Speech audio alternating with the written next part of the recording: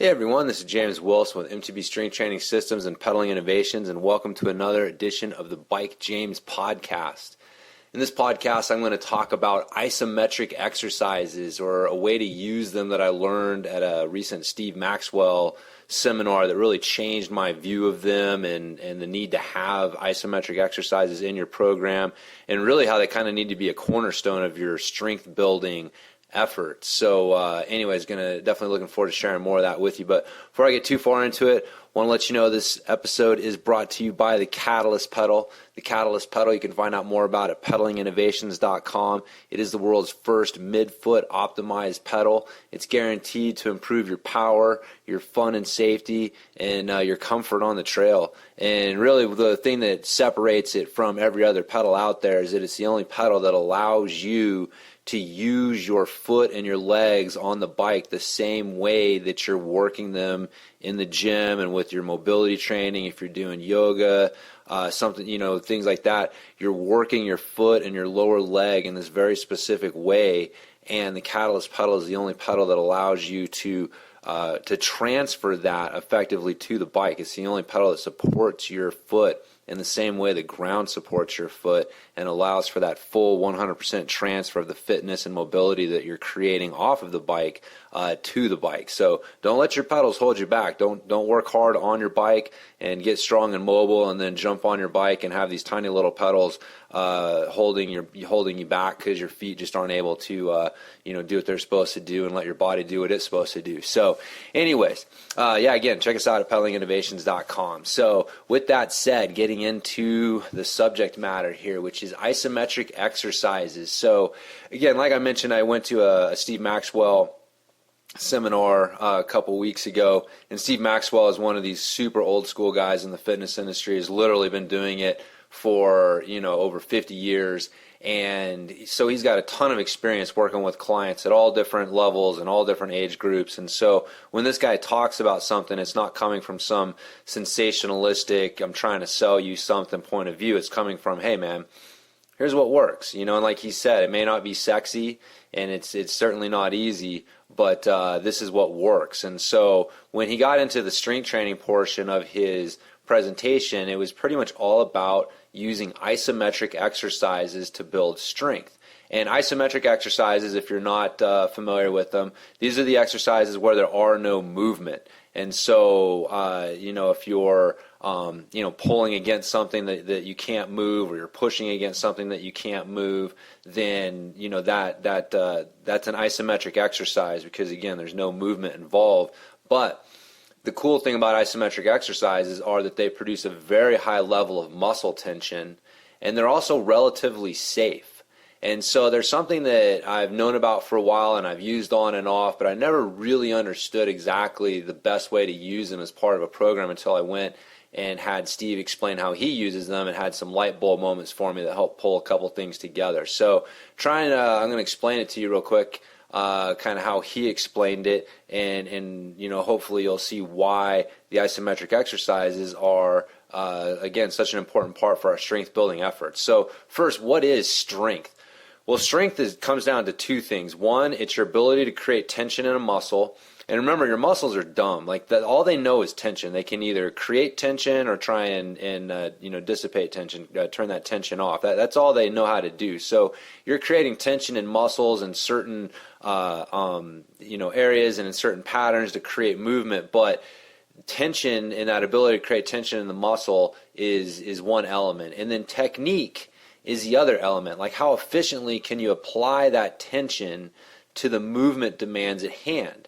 And so, for example, if we're talking about something simple like a deadlift, then your ability to produce tension in the muscles that go into doing a deadlift and picking a heavy weight off the ground, that's going to be a factor. And also your technique, like how effectively are you able to recruit the right muscles at the right time and not turn on the opposing muscles, and get your joints lined up the right way so that you're able to get the best leverage. And so that's your technique. And so you can create more tension in the muscle and not necessarily increase your technique, and you'll see your strength go up. And you can also increase your technique, basically get better at how you're moving, and without necessarily increasing your ability to create tension, and also see an increase in strength. And of course, the holy grail of this is to improve your ability to create tension and to improve your technique at the same time. And this is where you're going to see your biggest strength gains. Now, I know I use deadlift,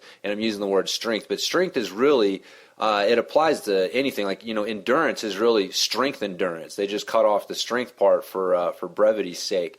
But it's your ability to apply a low level of strength over and over again. And so any movement that you create on the bike is going to require strength. And so, again, I know a lot of times when we throw that word out there, we think about power lifters and Olympic weightlifters and stuff like that. But really, strength is an important factor for all sports, especially mountain biking, probably more so for mountain biking than any other cycling sport out there. So anyway, so that's what strength is. Now, the trick to sport-specific training is to develop your tension and your technique separately. They don't have to be developed together. And we screw things up when we try to use strength training to teach a skill, or we use skill training to try and build strength. So again, going back to our deadlift example, a deadlift there's a movement skill there, all right? So there's the movement skill of picking something heavy up off of the ground. And so there's the movement skill that that's behind that, and then there's also the exercise that is, if you're a power lifter and you're trying to deadlift as much weight as possible. So when you're a power lifter or something and you're trying to lift as much weight as possible, then using the deadlift to help you develop that specific strength is great. But we don't want to be trying to also develop the skill as well, like trying to develop your tension creation abilities and teach someone a skill at the same time is not the best way to do it. It's really tough and actually kind of dangerous, leads to injury potential there. But the flip side of that is trying to use skill training to build strength. And so, what this means is that you're, using your movement skill training to try and get stronger.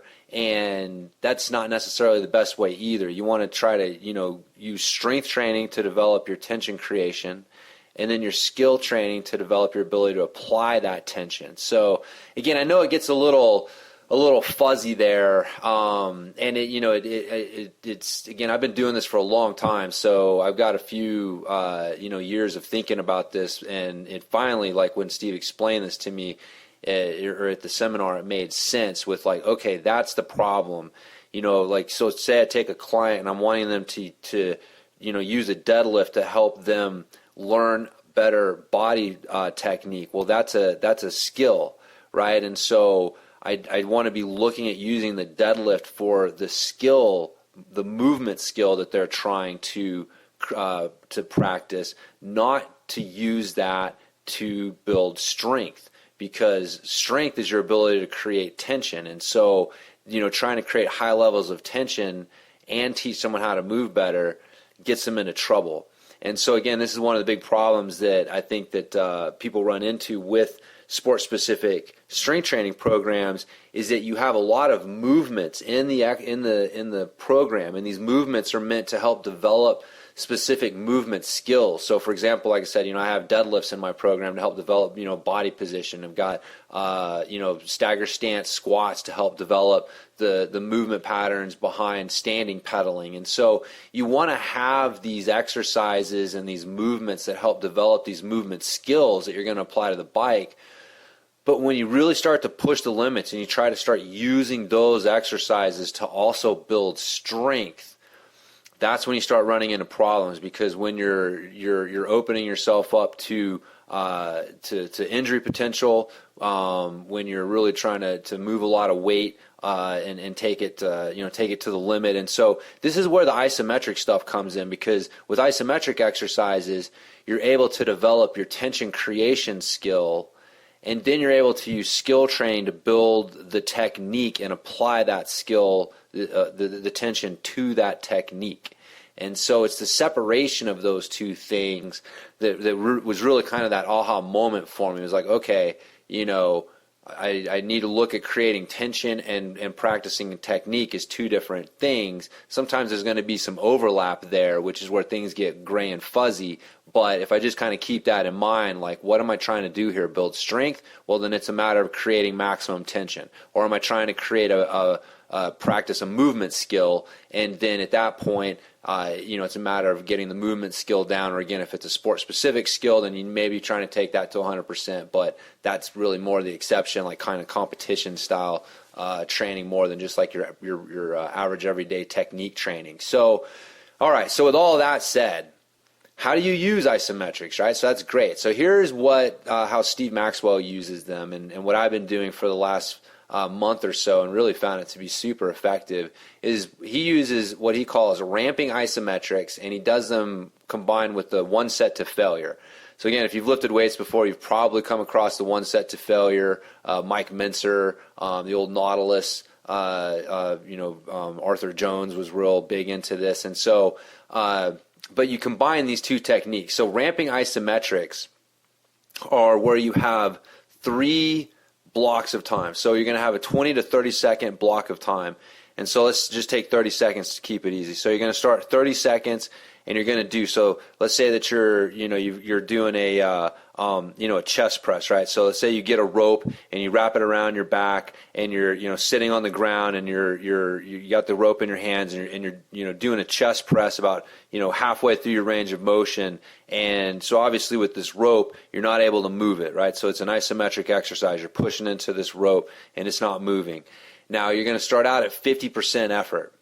And then after 30 seconds, you're immediately going to go to 75% effort. There's no shaking the tension off. There's no rest. The trick is you really got to keep that tension going the whole time, and you just ramp up from 50% to 75% for the second block. And then finally for your third block, you're going to go to 100% effort. So it's 30 seconds, 50% effort, 30 seconds, 75% effort, and finally 30 seconds, 100% effort. And you're trying to, rip the rope apart and, whatever the exercise you're doing. So that's basically it. And you want to take that, if you do it right, when you get done, when you get done with that last block of 100% effort, you're done. You definitely do not want to do another set. Now, the one set to failure is great because or combined with the ramping isometrics, because you're not moving. So you really don't have the injury potential that you do with a lot of the one set to failure stuff. Like I definitely did a lot of one set to failure stuff when I first started working out, and especially when you start getting strong and you start getting towards that edge of your limit, it starts to get dangerous, because really it's not muscular failure, it's technical failure, and you can either ignore that technical failure, which, to keep trying to get that muscle failure, which opens you up to injury potential, or you're just not really able to get that, really target that muscle, and the things that are giving out don't feel so good. So what I found with ramping isometrics is I'm able to really focus on the muscle groups that I'm wanting to focus on, and because I'm not moving, I'm not having to worry about the technical failure and these smaller muscles giving out and then me moving wrong and something getting hurt. And so it's a really safe way to train, and the one set to failure makes it really quick. Like you're able to do a whole workout in 20 minutes or less because you're able to just get in, do your one set, and move on to the next exercise. And, there's a little bit of a warm-up into it too. So like your first 30 seconds is 50% effort. And, so you should be using that to kind of get yourself set. Make sure you've got tension where you want it. You're not feeling it where you don't want it. 75% effort, you ramp it up and make sure that you're keeping it where you want. And then finally, by the time you get to that last one where you're going 100%, it should be safe because you've spent the previous 2 blocks like making sure that you're checking in and keeping the tension where you want it, so by the time you get to that 100% effort, you're locked in and you're not just going in hard on some areas that you shouldn't be. So anyway, so like I said, it's been really effective, and I found it to be like I said, a really good way to train. It feels, you don't come out of your training sessions feeling nearly as beat up as you do with a lot of movement based stuff. And so what this does is it allows you to really focus on the quality of tension instead of the movement. So what I found is that your body will compromise optimal tension to get you through a movement sometimes. So again, going back to like a chest press, so say you're doing like a push-up and you've had a shoulder injury in the past, like, I've had a couple AC separations on my shoulders, and so my right shoulder just doesn't quite, it's not quite in the same position. And so it's easy for me to get through some push-ups and my shoulders round it just a little bit to take some of the stress off of the pec and put a little bit more on the shoulder and not keep it on the lat where I want it. And so when I'm doing these isometrics, I'm able to really, make sure that I'm keeping tension where I want it, because I'm focusing more on tension than on movement. And so it's really helping me develop that tension creation capability within the movement pattern, which is helping out a lot. It also helps you develop your tension producing volume knob, which is an important skill. So that ability to apply, move, but apply 50% effort to the movement, and then 75% effort, and then 100%. And the movement not necessarily changing. A lot of times when you tell someone to go easy and then you tell someone to go hard, their whole like movement pattern almost changes from the effort level. And so what you want to be learning to do is be able to play with this adjustment knob, this volume knob, where you can adjust your tension accordingly. Like, this really helps a lot for like standing pedaling. People that tend to spin out a lot when they stand up to pedal and say that, I got to sit down. Like, really what it is, they don't have much of a volume knob with their pedal stroke. It's either on or off. And when they're just pushing down hard, they're not able to kind of feel the traction, adjust their tension and the force into the pedals based on the traction. And so there's a lot of different, reasons that developing this volume knob will help you. But that's kind of one of the most obvious ones, kind of off the top of my head. The other thing that these things will do for you is it'll help you learn how to truly tap into 100% tension. Because that's something you're going to find after doing the first couple of times you do it, is you're going to be like, man, I really don't know how to do this. Like, 50% is too hard. 100%, like, what is that? If I get done and I'm like, I probably could have gone a little bit harder. And you find that, you find ways to survive. Like, because you're going to failure, you almost have to look at it differently. Like, if I don't fail, then I failed. Right? Like, if you don't just give everything you've got by the end, then you didn't do what you were supposed to do. And to do that, you really have to give 100%. And again, because a lot of times training to failure entails some sort of potential injury risk, we learn to pace ourselves and hold ourselves back. And so with these isometrics, you learn how to really tap into 100%, which again is something that you just don't really get to do, especially in a safe way on a consistent basis with more movement-based exercises. So it also develops your mental and physical endurance. Like, trust me, trying to keep this constant tension, especially getting up into that 75 and 100% effort level, there's definitely a mental and physical endurance that you have to do. And again, I know, like, a lot of times as mountain bikers, we think of endurance as like on the scale of like hours, but within rides, there are moments where you have to go very high tension. So your ability to create good tension while maintaining your breathing, maintaining your focus, maintaining not letting your face get all, bound up and just staying relaxed. Like, that's a skill that'll help you. You hit that hard climb and it's not going to last that long, right? Like, 15, 20 seconds. But man, it requires a lot of tension. And so your ability to mentally and physically endure those sustained tension producing moments will really help out your overall endurance on the trail. It also keeps your body fresh for technique training. And I mentioned this, that it's definitely not nearly as hard on your body, definitely not nearly as hard on your joints as a standard strength training session, like doing 5 sets of 5 deadlifts, trying to use that for strength, versus like one set of ramping isometrics, doing a standing on a rope and holding that rope in the middle of a deadlift position. You just don't feel nearly as beat up at the end of it. And so now you have your body's fresher for other technique training. So again, like deadlifting, like I still like to deadlift. I still like to do my mace training, my Indian club, but now I look at it as technique training. Like, I'm practicing a movement skill. These are movement techniques that I'm training. So riding my bike, practicing my skills on my bike. So now my body's fresh for this stuff. And with skill training and effort, technique training, you generally don't want to go over 80% effort level with that. So even when I'm doing my deadlifting and stuff like that now, I'm not going over 80% because I'm not trying to get strong with my deadlifting. I'm just trying to improve my technique with it. Now, obviously, as my tension producing capabilities are getting better and my technique's getting better, my strength is going up, so I'm able to move more weight.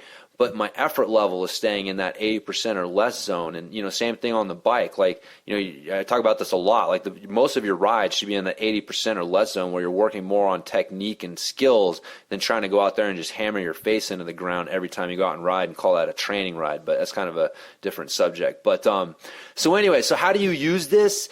Pretty simple. You pick one exercise per movement pattern, push, pull, squat, hinge, some sort of core, like, rotation or resisting rotation. You can also get into auxiliary exercises like working your neck and your grip and stuff like that, just kind of depending upon your weak points. But so just keeping it pretty simple, picking like 5 to 7 exercises max, and then just going through. Doing the 30, I recommend doing 20 to 30 seconds. You may start at 20 seconds and work your way up to the full 30 seconds, but you're just doing, 50% effort, 75% effort, 100% effort, and then move on to the next exercise. So again, shouldn't take you too long to do it. Now you're going to have more training time to work on other stuff. So again, you can work on your mobility, you can work on your sport-specific skills, other movement stuff. So again, like I mentioned, I'll personally do 2 days a week of this, and then combine that with another day in the gym where I'm doing my, because I still like to get in there and do some clean and presses with the kettlebell, do some Turkish get-ups with a sandbag. Like I mentioned, I still like to do deadlifts, and so there's movement skills that I'm practicing with those exercises. I'm not looking at that as a strength training session. That's a movement skill training session, and then I'm able to get out and ride my bike and do my other sport-specific stuff like Brazilian Jiu-Jitsu and stuff. So anyway, so that's kind of how I've been going about it, and it's definitely made a difference in my training. And so like Steve mentioned several times, it's not sexy, it's not easy, but it is very effective. And so hopefully this is giving you guys some ideas for your workouts. And if anything, I just would encourage you to try a couple weeks of just doing the ramping isometrics, and just kind of see how you feel, and go back and see how it affects your training when you go back to your normal training, and see if you can think of some ways to kind of combine the two, because I've definitely been brainstorming some different programs and stuff based on this now. So anyway, so hopefully, like I said, I give you guys something to think about, so that's going to be it for this podcast. Once again, you guys can check me out at bikejames.com. Got a lot of great free information and stuff you can sign up for there, free workout programs. You can also check me out at pedalinginnovations.com, where you can find out more about the Catalyst pedal and how it can help you apply what you're doing in the gym to your bike more effectively. So anyways, once again, it's been James Wilson. Had a good time talking to you guys, and I will talk to you next time.